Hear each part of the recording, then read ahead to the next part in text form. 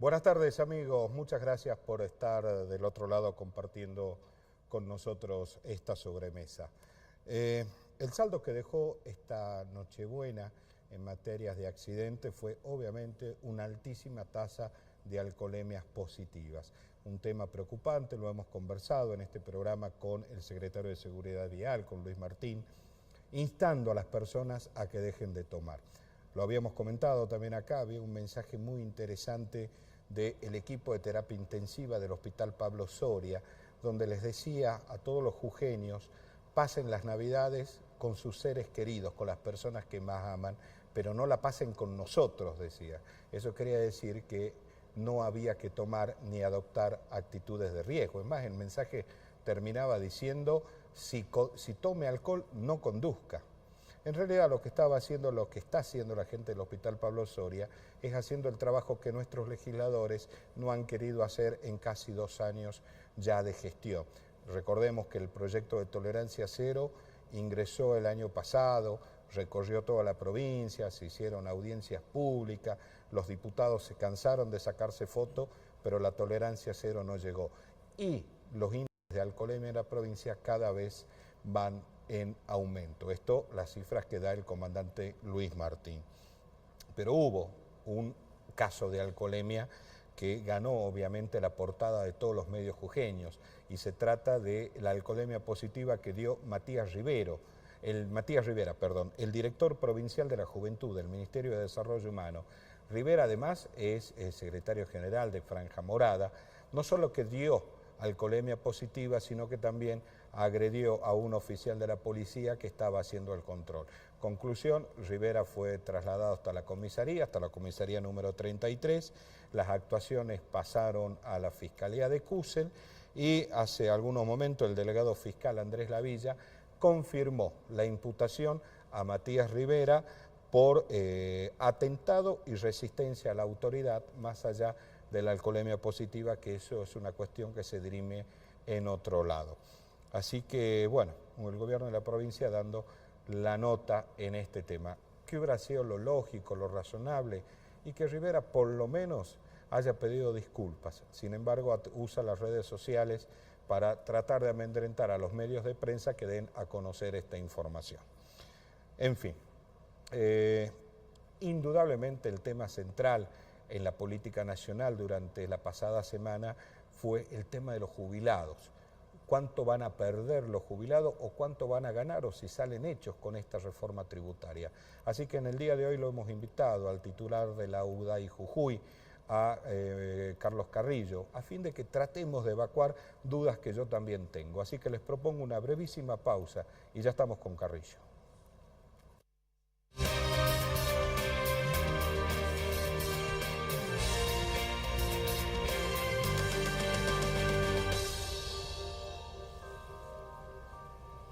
Seguimos en Sobremesa. Carlos, muchas gracias por estar acá.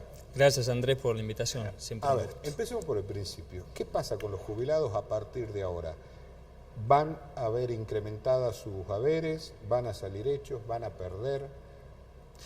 Bueno, no va a haber pérdida del poder adquisitivo. Este es el principal concepto, y lo que busca esta nueva fórmula de reajuste es cortar un poco con la timba en la cual venían los jubilados y pensionados, con la fórmula que venía vigente hasta hoy.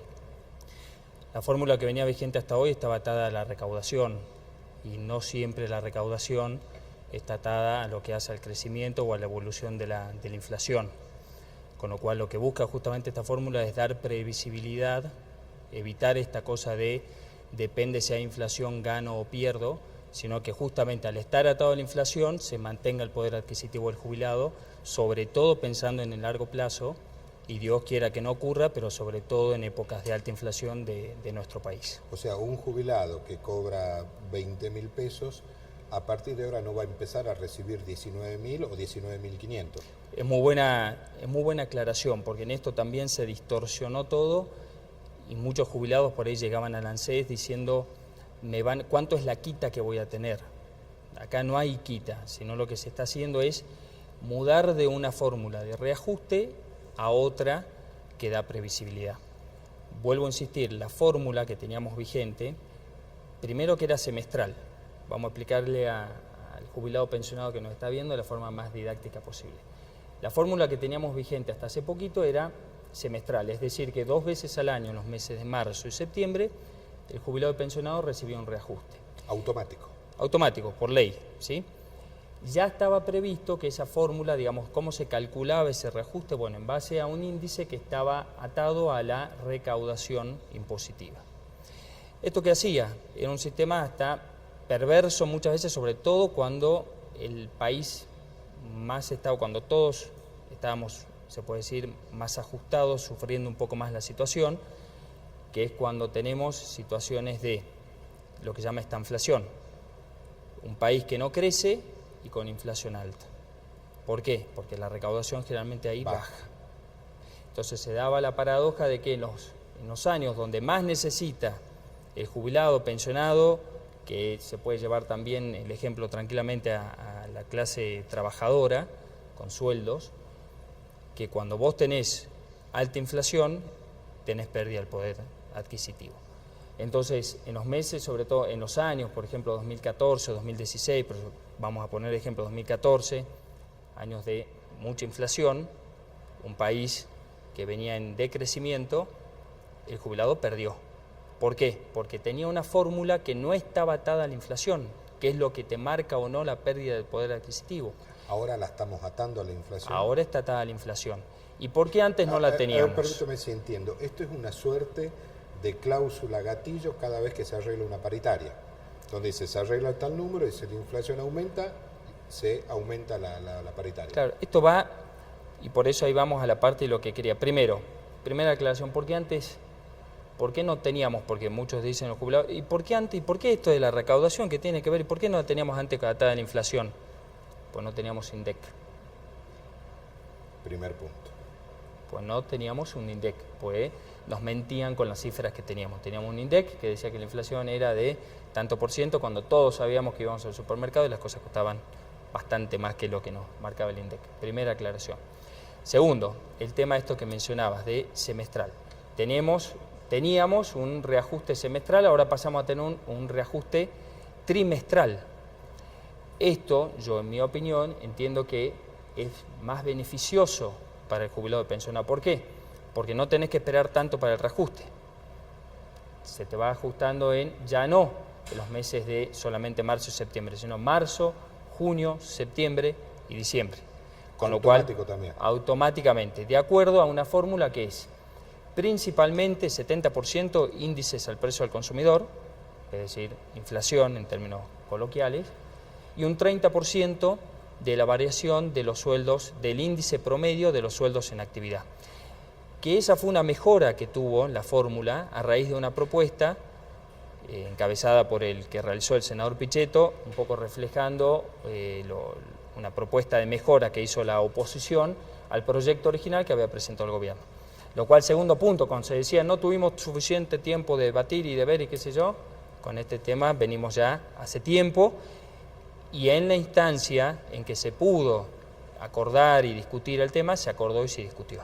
¿Sí? Con lo cual, eso también a favor de lo que ha hecho el gobierno en todo lo que hace a la discusión de esta reforma, no llamémosle reforma previsional, sino puntos parciales de reforma previsional. Otro tema importante que no se... Entonces, para que quede bien en claro, no hay pérdida del poder adquisitivo. ¿Sí? Esta fórmula lo que busca es que se mantenga, que se acompañe, que ese haber jubilatorio se vaya acompañando de la inflación, ¿sí? Que si tenemos inflación, bueno, ahora sería curva descendente, pero que vaya acompañando ese haber. Cosa de que lo que vale hoy, si yo con la plata que tengo hoy puedo ir y comprar tal cosa, que con la misma plata el año que viene pueda ir y comprar eso. Con mi haber jubilatorio pueda ir y comprar lo mismo. ¿Entendieron los abuelos a esto?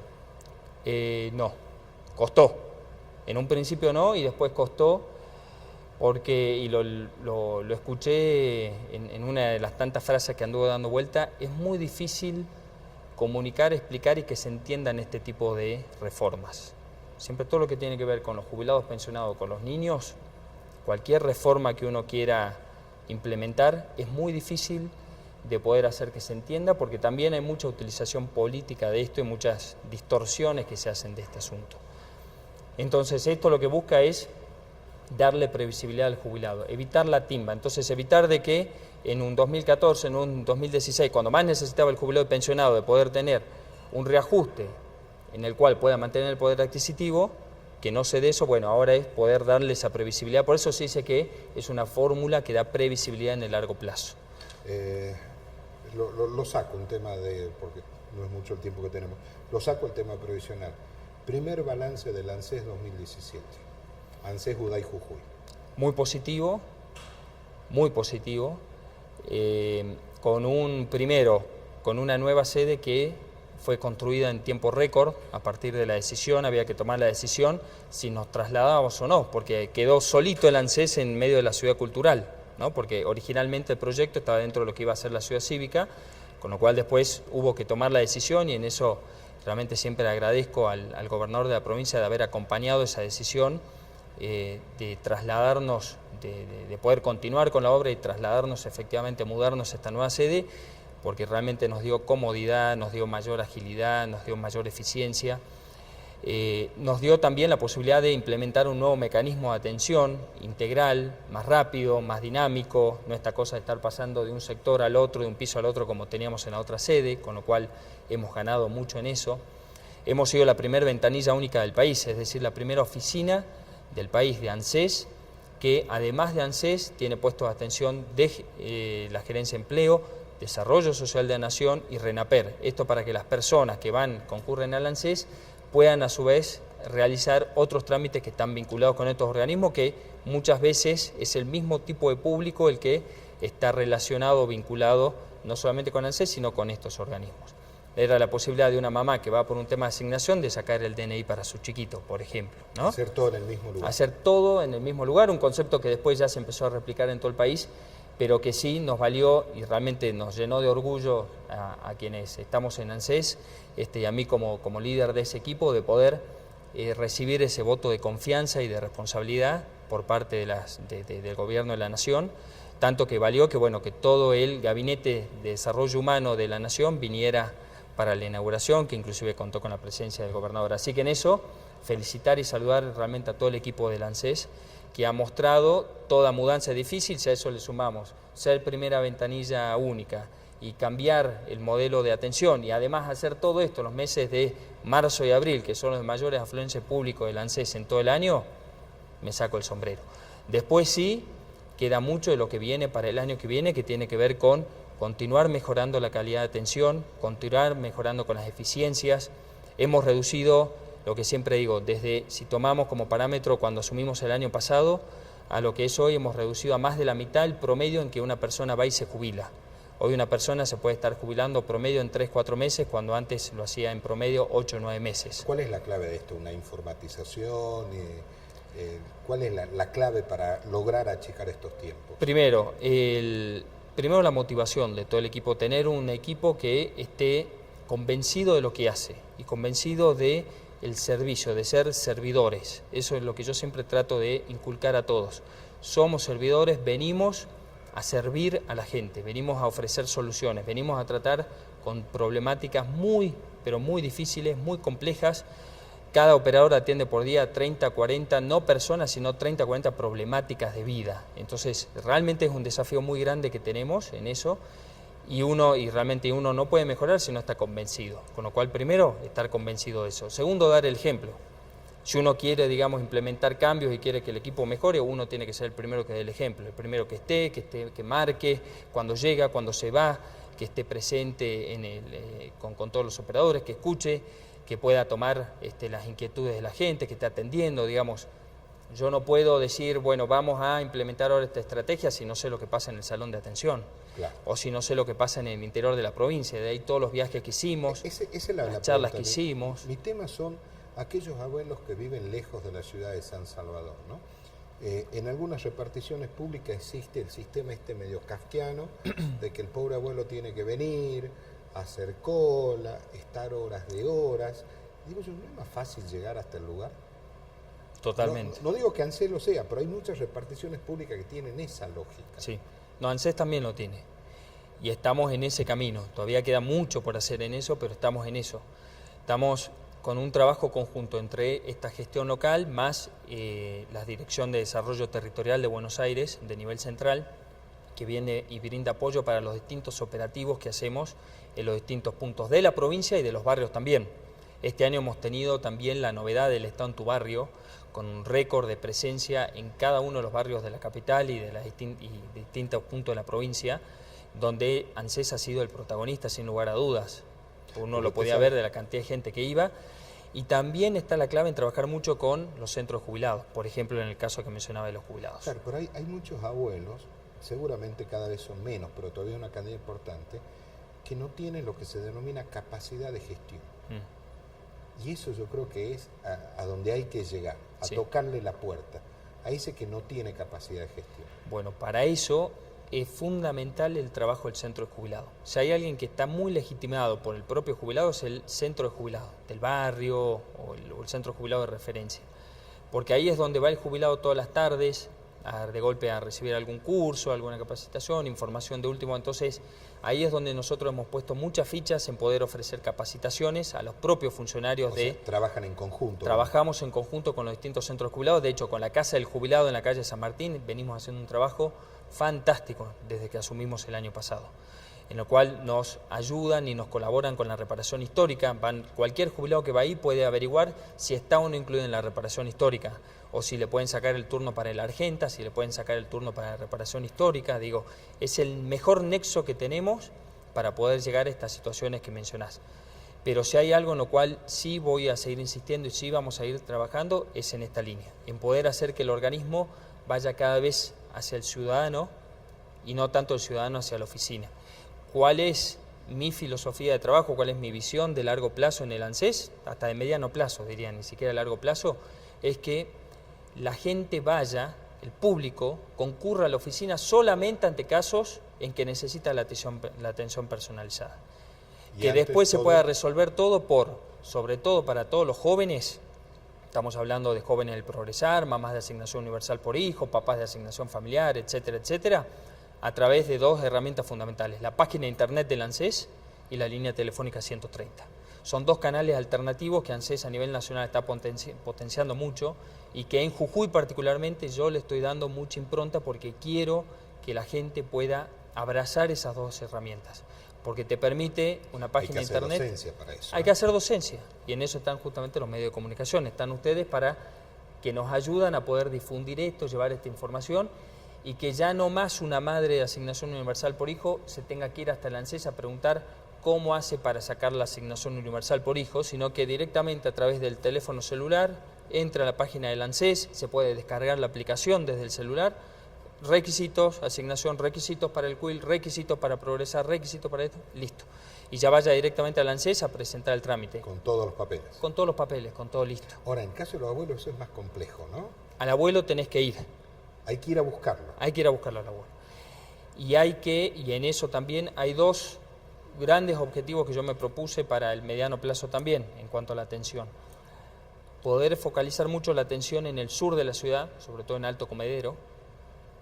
Gran parte de la demanda que tenemos masiva de trámites de asignación universal y Progresar tenemos de Alto Comedero, con lo cual, y sé que mucha gente de Alto Comedero nos ve, con lo cual sí decirles que estamos ya muy cerquita de poder anunciar algo en ese sentido, ¿sí? Estamos ya trabajando en eso para poder atender la demanda de Alto Comedero en Alto Comedero o de los barrios del sur de la ciudad.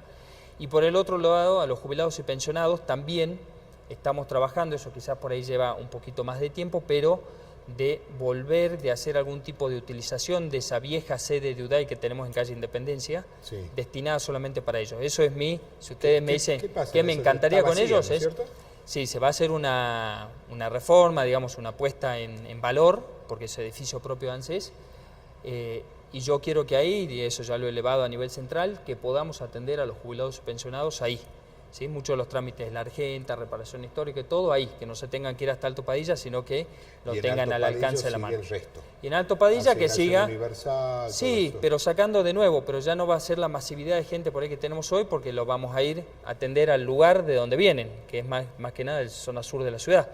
Entonces de ahí esto que digo, de que el objetivo es que podamos tener un UDAI, una oficina central, con una atención de calidad, una atención además con mucha eficiencia, pero sobre todo de mucha calidad, y que quien tenga que ir a la oficina sea porque realmente necesita de esa atención personalizada. Ahora, me pongo un poquito mal pensado, ¿no? Cada vez que un funcionario público dice, sí, podamos abrir una nueva oficina, eso, por la historia, pues soy un hombre que ya vi muchas cosas, eso es igual, tantos nombramientos, tanto esto, tanto, ¿no?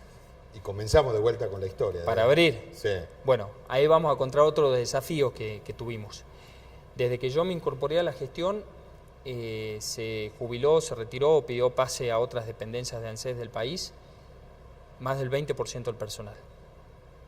De Jujuy. De Jujuy.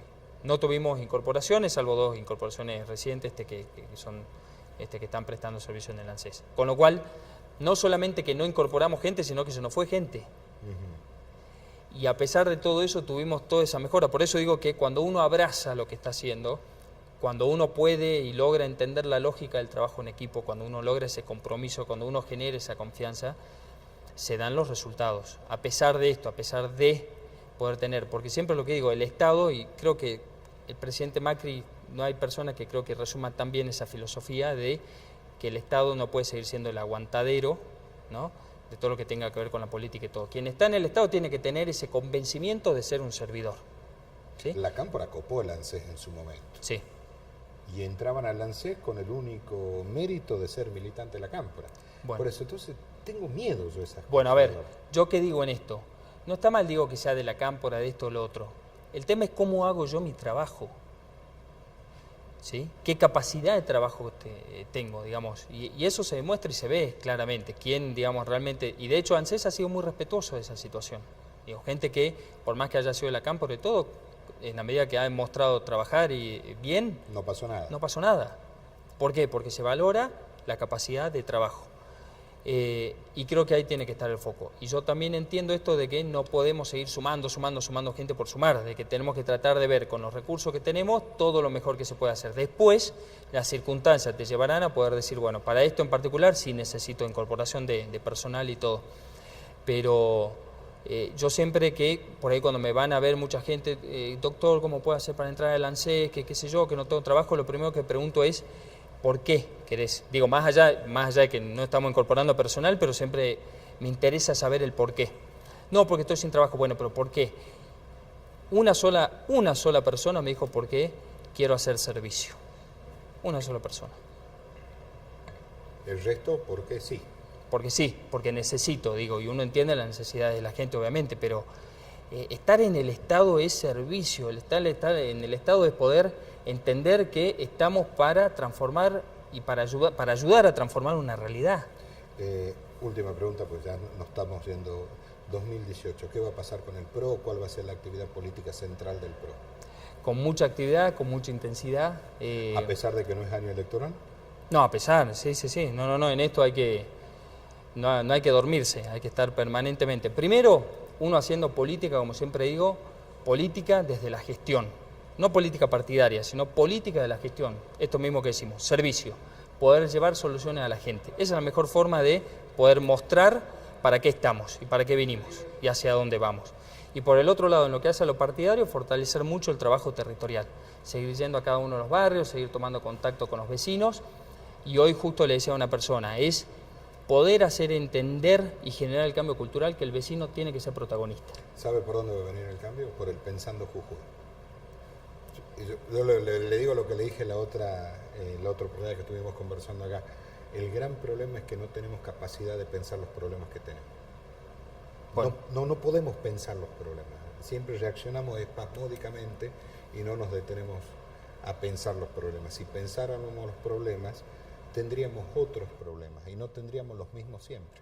Exacto. Bueno, ahí, y eso es uno de los directores que está dentro de Pensando Jujuy, que realmente está trabajando fantástico con esto. Estamos haciendo un muy lindo equipo, que es Jorge Iruela, que a su vez es presidente de Manos Abiertas. Él dice mucho de pensar en lo importante, ¿no? Más allá después nos tapa la urgencia siempre en la gestión, es pensar en lo importante. Así que estamos trabajando, me encantó el concepto y estamos trabajando en eso, en lo importante. Trabajar y aprovechar sobre todo cuestiones que no hacen al año electoral, de esa urgencia, esa locura, que va de paso en algún momento tenemos que cambiar eso, no podemos seguir teniendo elecciones cada dos años. Es una locura terminamos todos reventados. Los que no desatendemos la gestión terminamos reventados realmente, porque todo no se puede. Digo, y uno no puede estar dependiendo o no si hace tal cosa, porque si es de tal partido y tal otro, no se puede. Tenemos que cambiar, eso también es otra cosa de la que se viene, ¿no? De los debates que tenemos que dar. Elecciones cada 2 años es una cuestión que está diseñada para solucionar los problemas de los dirigentes y no los problemas de la gente, ¿no? Sin lugar a dudas. Las elecciones para 2 años son elecciones para los dirigentes, no son para la gente, tal cual. Carlos Carrillo, muchas gracias por haber venido. Muchas gracias, Andrés, un placer. Muchas gracias, felicidades, feliz año. Igualmente, muy feliz año. Y a ustedes, muchísimas gracias por habernos acompañado. Dios mediante, mañana a las 14 nos juntamos de nuevo para hacer otra sobremesa. Chau, chau.